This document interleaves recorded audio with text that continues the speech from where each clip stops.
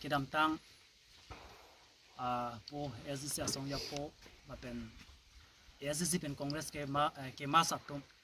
ส่งยาโปตุมสตามิปีนี้เน่งก็จะให้เป็นลงรีจุตั้งจุบัดพาร์มันตุกจิงฮอนะจอยนี่เป็นที่มีเอพิเซลเซลล์จุดเดียวกันเนาะแล้วเป็นหลังในตุมเราส่วนนี้ที่คอนเกรสลงตันเองก็จะที่กาเบียจอยนี่เป็นเอสซีลงตันเองก็จะที่จอยกาเบียเดียจอยนี่สิปีนี้เอพิเซลเซลล์ลงนั่งจุดเดียวกันเนาะแล้วเสร็จแล้วส่วนเอพิเซลเซลล์ลงนั่งจุดเดียวกันแค่หลังในตุมแค่พาร์มันเป็นลงรีจุตั้งจุบัดพาร์มันเป็นยี่สิบมาการีตัวอาร์ติคล44Aพาร์มันลงนั่งจีอาจจะให้ใจกับทาร์ซาหลังในเท็กซัสแล้วเป็นรีเซ็ตตัวกัจจินิกามุนที่เป็นกรรมฐานปาร์ติกดัมเป็นเซลังในตุ่มปีนี้แล้วเอพิเซลเซลงจะปีออกดนแล้วเป็นคอนเกรส